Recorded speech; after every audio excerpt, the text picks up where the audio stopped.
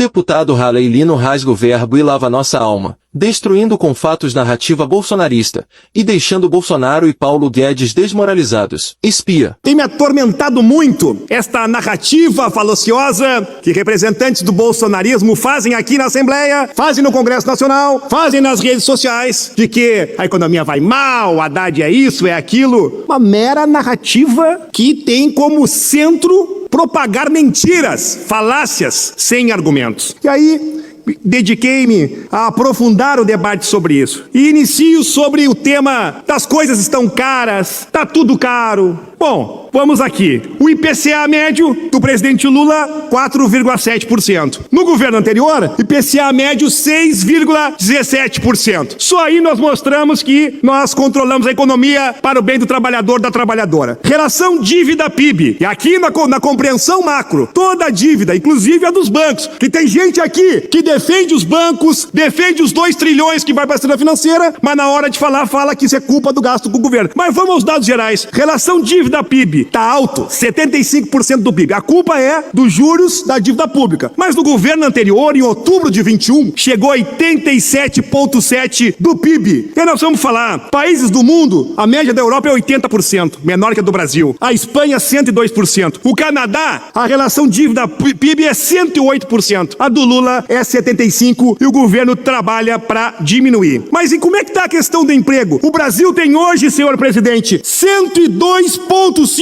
milhões de pessoas trabalhando no mercado. É o maior número de brasileiros e brasileiras da história. 102,5. Mas a economia como é que tá? Quero trazer o dado do valor econômico de ontem. Nós avançamos 4 posições, segundo o IMD, deputado Cláudio Branchieri, o senhor conhece bem. A economia no primeiro trimestre cresceu 1,4%. A indústria 4,7%, porque nós resgatamos a indústria automobilística que eles quebraram e temos o novo Indústria Brasil, dando um salto importante de qualidade. Mais recentemente, ontem aqui, foi repercutida a fala do ministro Haddad. E aqui eu quero dizer, o Haddad é violentamente atacado e injustamente julgado por eles. E nós aqui já assistimos a verdade prevalecer quando Haddad disse o absurdo que foi feito no governo anterior com o calote nos governadores, no ICMS dos governadores. Ele se apropriou de 30 bilhões de reais. Nos precatórios, deputado Simão, foram 92 bilhões de reais dos precatórios que eles pegaram. Aí é uma barbada fazer superávit. Isso que eu não falei e preciso falar da farra que o governo Bolsonaro fez quando vendeu a carteira de crédito do Banco do Brasil para o BTG. Uma carteira, senhor presidente, que era de 2,9 bilhões e esta carteira de crédito foi vendida por 371 milhões. Um péssimo negócio que Bolsonaro e o posto Ipiranga, o Paulo Guedes, fizeram. Mas eles não fizeram só isso. Eles entregaram o sistema de dutos da Petrobras para a TAG e para a NTS. Eles venderam para a Petrobras e depois a Petrobras fez um contrato de aluguel para alugar os dutos que o Paulo Guedes e o Bolsonaro venderam, se expropriaram do patrimônio público. Mas se nós vamos fazer um trabalho sério e um debate correto, nós temos que atacar a raiz do problema de um país em que 63% da riqueza nacional está na mão de 1% dos mais poderosos. E é esse trabalho que a gente tem que fazer. Porque quando a gente fala da relação dívida pública, nós temos que separar o déficit primário. Nós temos que separar e lembrar que em 23 o déficit primário foi de 19,6 e 24 foi de 18,6. E no primeiro trimestre nós temos um superávit de 14 bi.